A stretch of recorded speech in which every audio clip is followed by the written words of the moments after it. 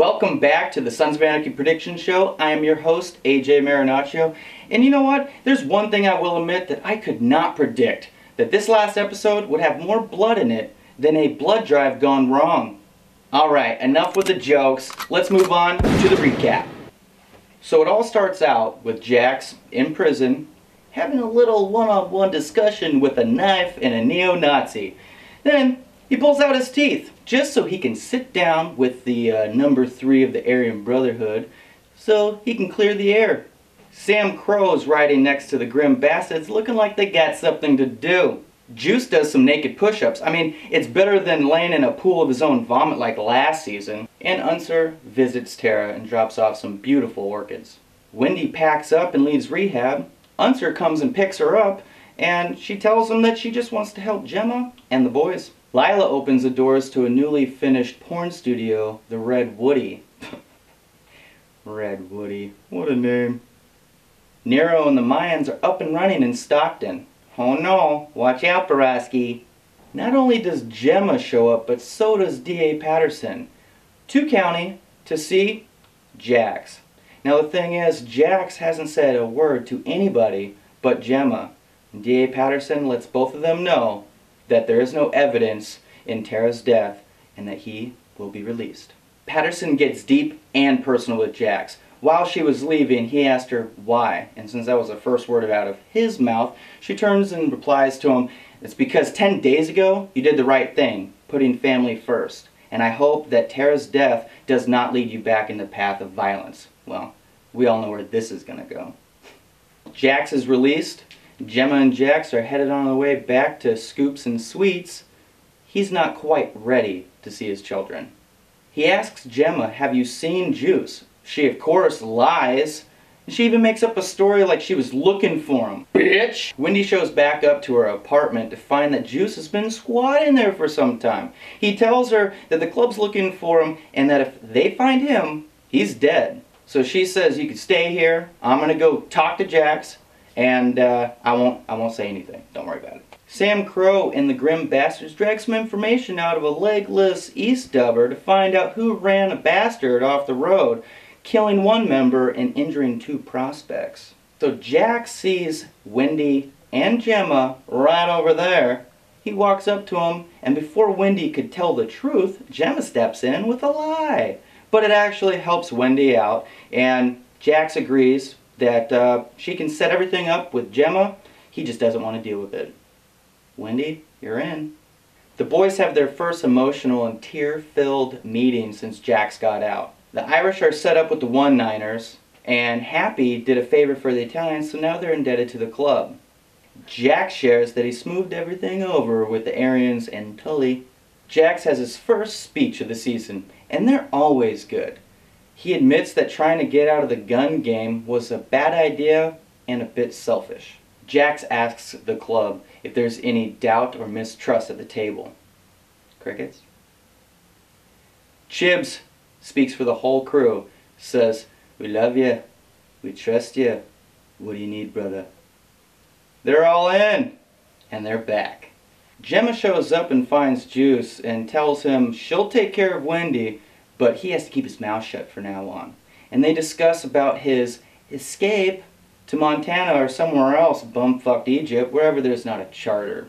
He asks her, "How can you talk about Tara and look Jax in the face?" She assures him that she's not a psychopath, but she's doing it to keep Jax and the boys safe. She is the thread that keeps the family together. Psycho! Meanwhile, Nero waits for the meeting to adjourn at the ice cream shop so he can speak with Jax. He hugs Jax, to his surprise, and they get to talking. Nero assures him that Alvarez and Lynn had nothing to do with Tara's death, and Jax immediately jumps on the opportunity to get with both of those crews and have that little meeting. Flash forward to said meeting with the Mayans and the Chinese. Jax admits that trying to get the club out of guns was a bad idea, and at the time, he did not care about the blowback. He offers to help the Mayans with Borowski and offers Lynn a little piece of the guns from the Irish. Too bad he didn't tell August Marks about what was going down. So he invites both crews back to his welcome home party, you know, To get a little action, rub one out, you know, see some pretty ladies. For goodwill. Patterson shows up to TM to talk to Unser about the new sheriff. She wants him to be the new sheriff lady's consultant and historian to help put an end to all the violence, because they both know it's about to get real bloody. The crew took off to check out that Impala that ran down one of the grim bastards. They head into the apartment and find two dudes and a girl doing it whilst being filmed by a big dude in pantyhose. Gunfire ensues and they kill every single one of those sickos. And to their surprise, they weren't East Dubbers. It was a reverend and two assistant pastors from some congregation that had way too much fucking money. I mean, fuck, you see that car? T.O. apologizes to Jax for that mishap, but he also tells him, I don't know how much longer I can hold my crew together. We're losing people left and right. Jax assures him everything's going to be okay, but he may need a favor later from him. Nero shows up to see Gemma, and they kiss and make up. Wendy stops at her apartment to drop off some groceries and cleaning supplies for Juice, and leave her car keys. Unser comes to pick her up to take her to Gemma's, and notices the oddity of new groceries, and a Sam Crow backpack in the closet.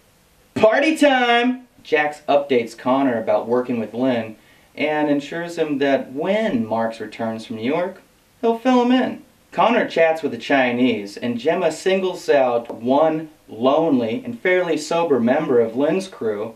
Hey T.O., it's time for a favor. Jax tells T.O., I need you to take that guy over there, one of Lynn's guys, to this address, and then he has Gemma tell him that she saw him leaving Tara's house the night of her murder. And then Jax says, the Chinese killed my wife. Meanwhile, Lynn and the Mayans have a great pants-dropping time waiting for the party to die down so they can go their separate ways. Let's jump to Gemma. She's having a conversation with Tara about Wendy. Yes, talking to Tara. She trusts her because she doesn't believe that she's trying to replace Tara or herself. And as she turns around, the boys enter a dark kitchen where we find a Chinese man bound and gagged. Gemma kisses her son goodnight and heads back home, where Wendy is putting the boys to sleep, and bonus, Nero is waiting. Hashtag Jiro. They're back. So Jax looks into the eyes of the guy he thinks killed his wife. He says, I know it was Lynn's order, but you're gonna have to suffer just like Tara did. Lots of torture, salt and wounds. And when it ends, another carving fork, 2 episodes in a row, mind you. That's funny and original. Yeah, fork to the head, he's dead. Welcome to the final ride. Now that Jax has gotten revenge for his incorrect Chinese takeout order, let's get to this week's predictions. Friends, prediction 1. Gemma will find out what Juice did to Unser. She will release Unser and then tell Juice it's time to go, and he runs fast. Prediction 2. The Grim Bastards will get the man they're looking for, but what will it cost them? I believe 1 more member. Prediction 3. Marks is not going to be pleased with all the things that Jax has put into motion. I see Jax is going to have a couple of issues in the future, maybe some loyalty tests. Foes. Prediction 1. Alvarez will use Juice as bait. After, of course, getting some juicy intel. Pun intended. Prediction 2. Lynn is going to make Sam Crow pay. Oh man. Yes, I mean blowback. Not again! Prediction 3. Juice. How the hell do you end up in the foes list? Oh yeah, that's right, 'cause you's a snitch. Didn't your mom ever tell you that snitches get stitches and end up in ditches? Shit. Enough of my predictions. Let's get to the final segment for this week. You Predict It. Last week on You Predict It, I asked, what will Gemma do next? Well, here's what you had to say.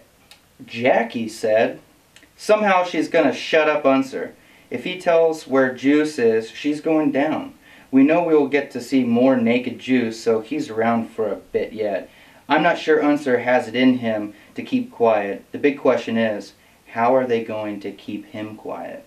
I love it. Thank you, Jackie, for sending your predictions. Next, from Juanita. Thanks, Juanita. Gemma's doing all she can to cover her tracks. She picked a patsy she thought wanted to die anyway. She will sell out Juice if it saves her ass.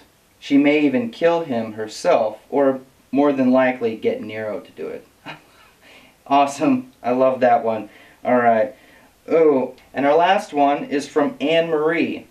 Gemma will continue talking to Tara, which is really creepy, but she's going to start to slip up. Wendy and Unser are going to start putting the pieces together about what she did. Nero is going to freak when he finds out what Jax did to the Chinese, and he is going to figure out that Gemma lied. Thank you for sending in your predictions. I just want to let you know that you can do this every week. Just make sure to get your predictions in by 4 p.m. Cali time every Wednesday for the chance to have your predictions right here on the show. Have fun, and like always, you fucking rock. You can follow me on Facebook, Twitter, Instagram, Snapchat, and of course, YouTube. Thanks for watching. Make sure to tune in next week. Laser. Make sure to, give me a shout out and that type of shit,